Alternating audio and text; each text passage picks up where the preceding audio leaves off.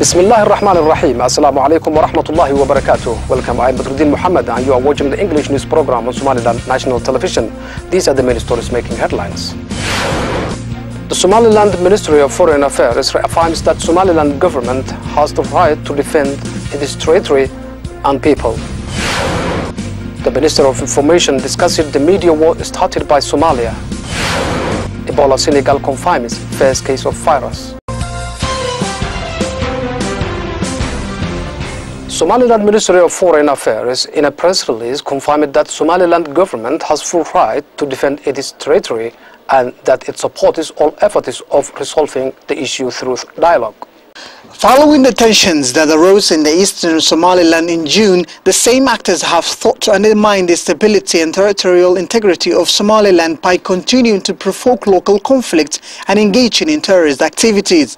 Ali Khalif and other spoilers in the Khatima rebel movement have ignored attempts to resolve differences through peaceful dialogue and instead continued operating in the eastern regions in order to undermine the peace and stability experienced in Somaliland.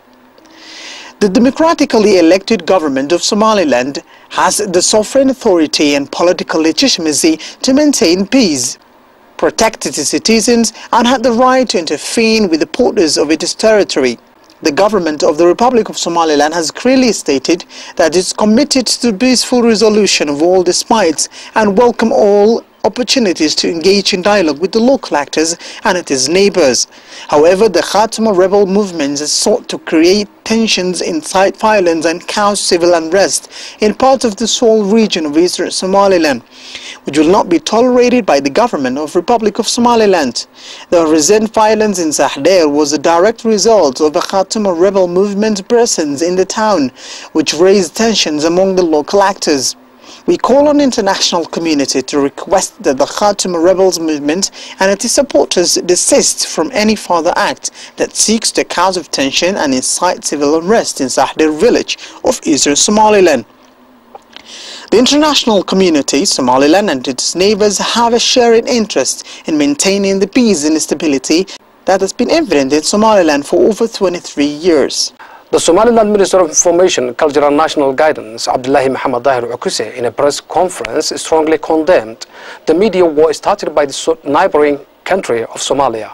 The minister clearly stated that Somaliland, unlike Somalia, is created to safeguard and show commitment to international agreements. The Somaliland Minister of Information, Culture and National Guidance, Abdullahi Muhammad Ukuse, in a press conference strongly condemned the media war started by the neighboring country of Somalia.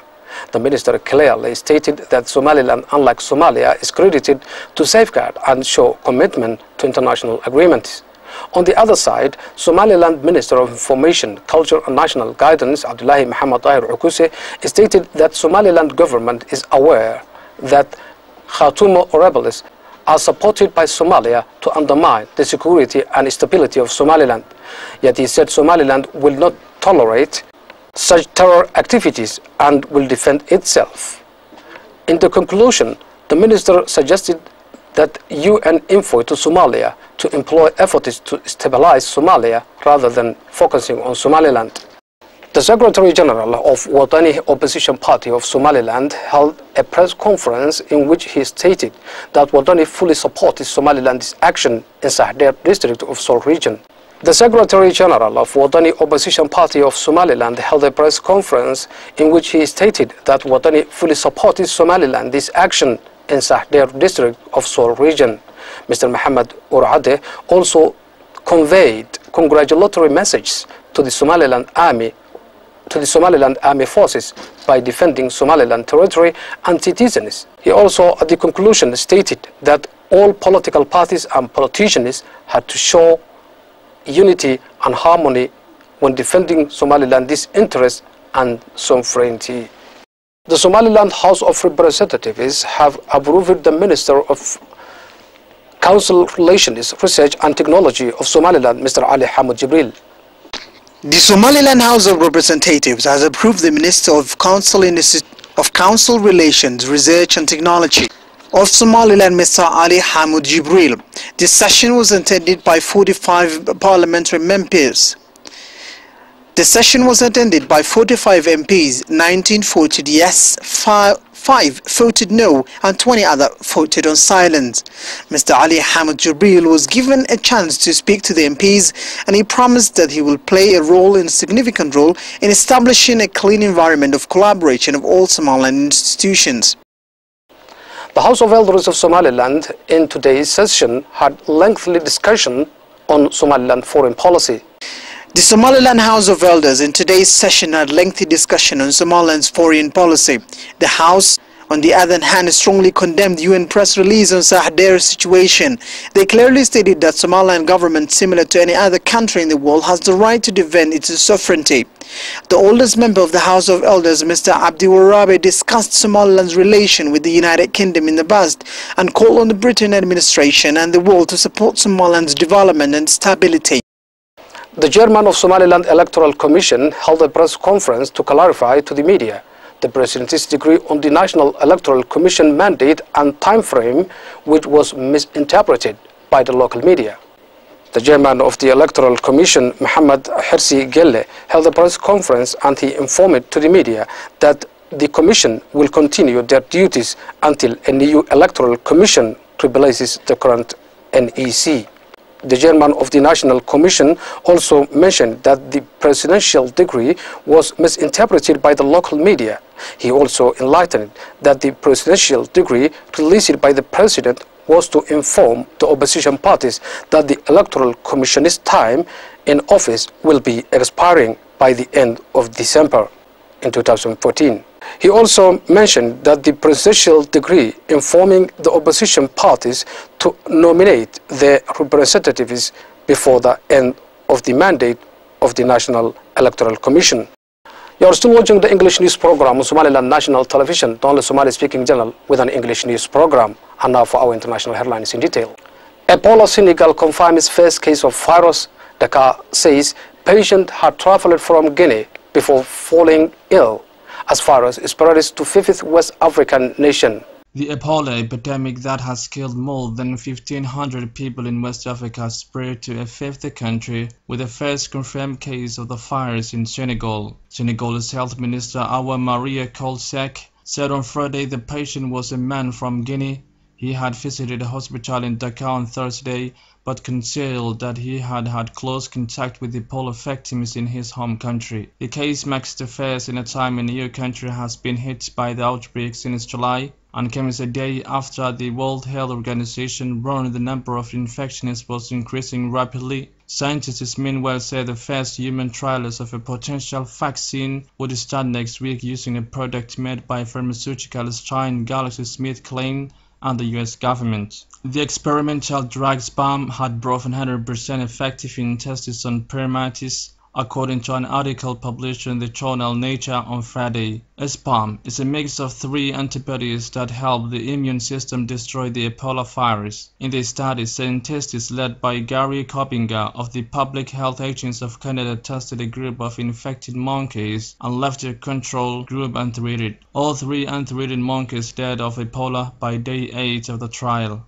For those on SPAM, even advanced symptoms such as rashes, liver dysfunction disappeared, a result Coppinger called beyond my own expectations. 2 US aid workers treated with SPAM have recovered from Ebola. However, doctors do not know if it aided their recovery. And a Liberian doctor and Spanish missionary died despite treatment with the drug. The Ebola outbreak in West Africa has killed 15,052 people out of 3,069 confirmed cases. The World Health Organization said the agency said the disease could eventually infect up to 20,000 people. Russia supplying Ukraine's rebels tank. NATO chief says Moscow has continued giving pro-Kremlin rebels military aid, including rocket launchers and artillery. This continued to take orders from Russia. On Friday, they agreed to let encircled Ukrainian government forces leave the rebel-held areas following intervention from Vladimir Putin, the Russian president. In Amsterdam, Dutch Prime Minister Mark Rutte said the sanctions against Russia have not worked in changing Moscow's behavior in eastern Ukraine. He said additional measures had to be considered by the European Union. Rutte told journalists after a week cabinet meeting that Moscow's presence in eastern Ukraine was extremely concerning and violates international law. We did not accept it. An additional sanction should not be ruled out, he said. Responding to calls by Ukrainian Prime Minister Arsen Yatsenyuk for his country to join NATO, Rutte said joining NATO would not contribute to a solution. Ukraine said on Friday it would seek the protection of NATO membership following the open involvement of the Russian military in the war in its eastern provinces. Formal Ukrainian membership in the Western Military Alliance, which will come with the full protection of a mutual defense pact with the US superpower, remains an unlikely prospect, at least in the near future, Reuters news agency reported. But the announcement that is seeking NATO membership, Kiev is taking this most decisive step yet to pursue Western military protection from what it now describes as an invasion by its neighbor. Rasmussen said he respected Ukraine's right to seek membership, which was denied in 2008 when previous pro-European government in Kiev tried to pursue closer ties with the alliance. The arrival of what Western governments say are armored columns of Russian troops on a new front in recent days has tipped the balance towards the rebels of the weeks in which Ukrainian forces appear to be gaining the upper hand. Prime Minister Yatsenyuk told a government meeting on Friday the cabinet will bring before parliament a law to scrap the non-aligned status of the Ukrainian state and establish a course towards membership of NATO. Were NATO to comply to extending this mutual defense pact to Ukraine, it would be the biggest change in security architecture of Europe since the 1990s. That's the end of our news. Thank you for watching. Until next time, Assalamu alaikum wa rahmatullahi wa barakatuh.